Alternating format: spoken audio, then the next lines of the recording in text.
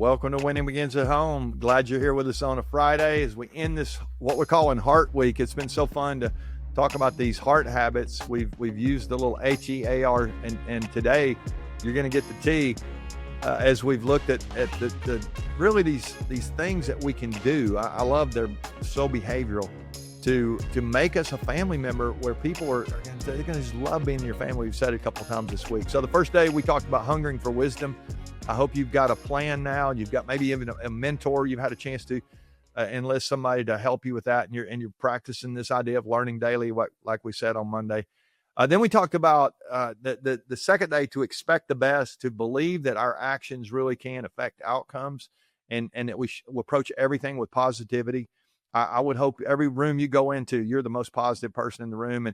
And by the way, if you're trying to be and you're not, let's say everybody in the room is more positive than you. It's a really positive room if that's the case. And so let's just make sure that we're doing everything we can to model the way when we sit around that dinner table. We want to be the most positive person, not the most harsh, not the most, demanding. We want to make sure that we're the most positive. We're creating that great environment. And we do that by accepting responsibility. If we're the mom or dad, the parent, we want to create that culture really in our family, that a place where people can thrive. And so we want to blame everybody else for their actions or put expectations on them that we wouldn't even hold ourselves to.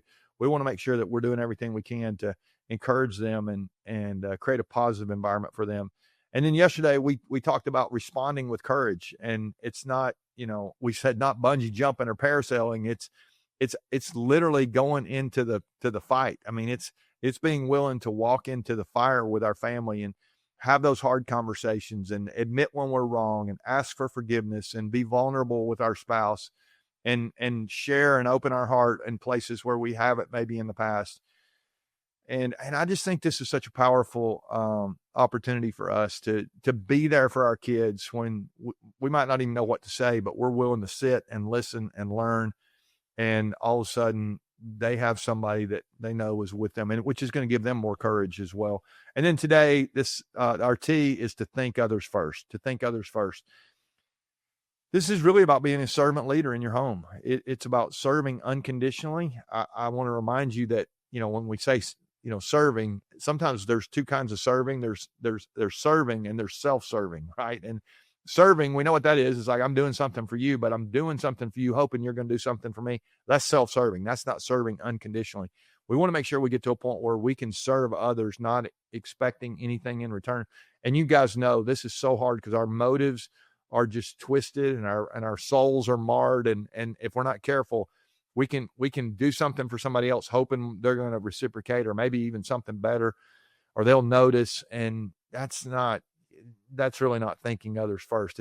Others first is the key word here. And I use the picture of the offensive lineman on a football team when I think about this. This is a really good picture of servant leadership, if you ask me.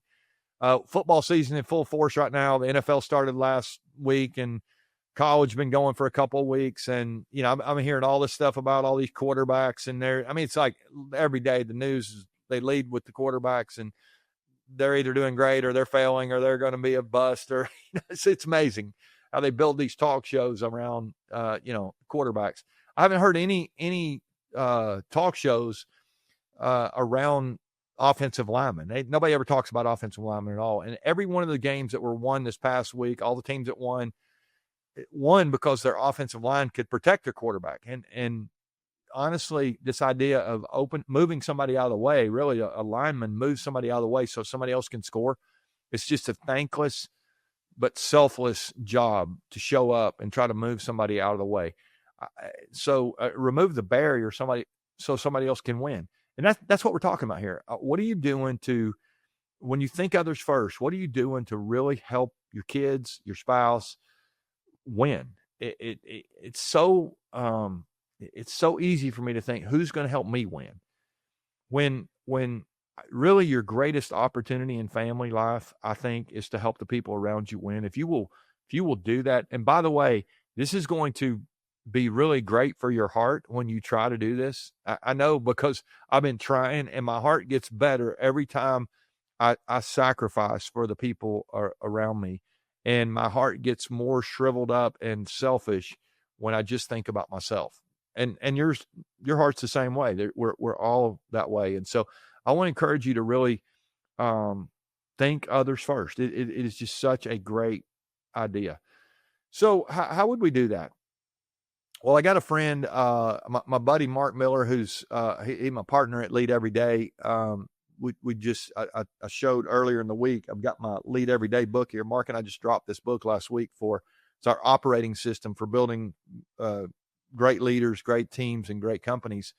And I think we got about 75 years of combined experience that went into writing this book. And so it's fun. But Mark wrote another book called The Heart of Leadership. And it's one of the things that we teach on. These 5 heart habits come out of the heart of leadership. And he's got a little leadership parable on that. You can get that, by the way, if you want a copy of The Heart of Leadership, go to leadeveryday.com. We've got it there or you can get it, wherever you get your books. But in that book, this idea of think others first is the kind of the lead heart habit there. And I asked Mark's really good at this. I asked him one time, I said, how do you so good at, thinking others first? Like, how do you work on this? Or what? And here's what he said. And I thought this was so great. He said, one of the things I try to do is I try to add value to every person I meet. And he said, it's in my mind. I'm like, every time I meet somebody, I'm thinking, how can I add value to this person? And Mark adds value to a lot of people. And it's been really great for me to be, I talked about mentors the other day. It's been great for me to be around him because he's such a mentor to me. And I've learned so much by watching him live and lead. And to hear him say, I'm trying to add value, as he unpacked that, he said, what I've noticed is the value is in the trying. It's like, you're not always going to add value, but if you try, a couple things happen. First of all, you will add value a lot of times, but secondly, the more you're thinking about someone else, think others first, right? The more you're thinking about them, the less you're thinking about yourself. And I would encourage you, just like I would encourage myself, it would be really great. The world would be better, I think, if we thought about ourselves less. Now, I don't want you to think less of yourself.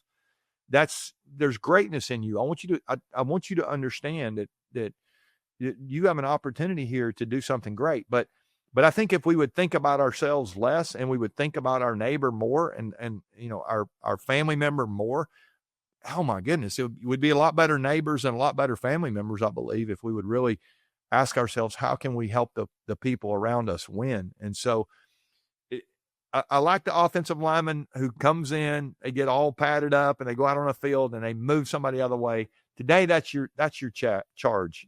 As you go into the weekend, every time you watch a game this weekend, if you see some football, I hope you'll look at those offensive linemen and think about how much they're willing to sacrifice so their teams can win. Any great coach will tell you, if you can't block them, you can't beat them. I mean, this is a huge deal. And I think if you really want your kids to win, you want your spouse to win, and you do everything you can to remove any barriers. Now, what's that going to look like? Well, if your spouse needs a little more time, you may do an extra chore. Or if your kid needs a little help on the homework, you may have to go relearn some math or English. I don't know what it is, but it'll show up.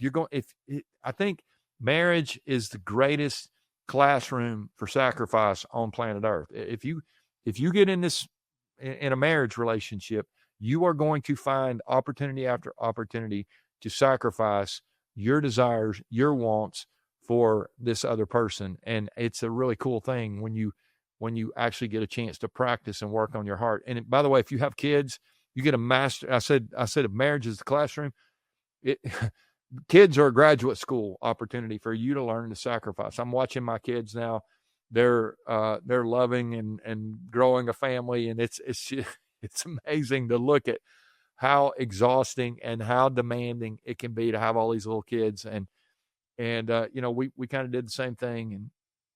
And by the way, if you're raising teenagers right now, it's harder than it's ever been before. I'm convinced of that. And so yay for you. I mean, I want to encourage you, because your kids probably are not going to thank you, and they're not going, they don't even understand what you're doing, but you really are going to create an environment where they can thrive if you begin to think others first. Now, that doesn't mean we're going to enable negative, destructive behavior. Sometimes thinking others first, we have to hold them accountable. We have to push them to something harder than what they're comfortable with.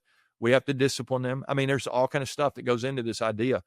But if we really do want what's best for them, rather than, making our point or being right, our desire is to get it right. And so I hope that's where you'll go into this weekend. Identify a couple of areas where you can add value to every single person in your family. Just do that. Begin to practice day after day and watch what happens. I believe your family really can make progress and be at a place it never has been before.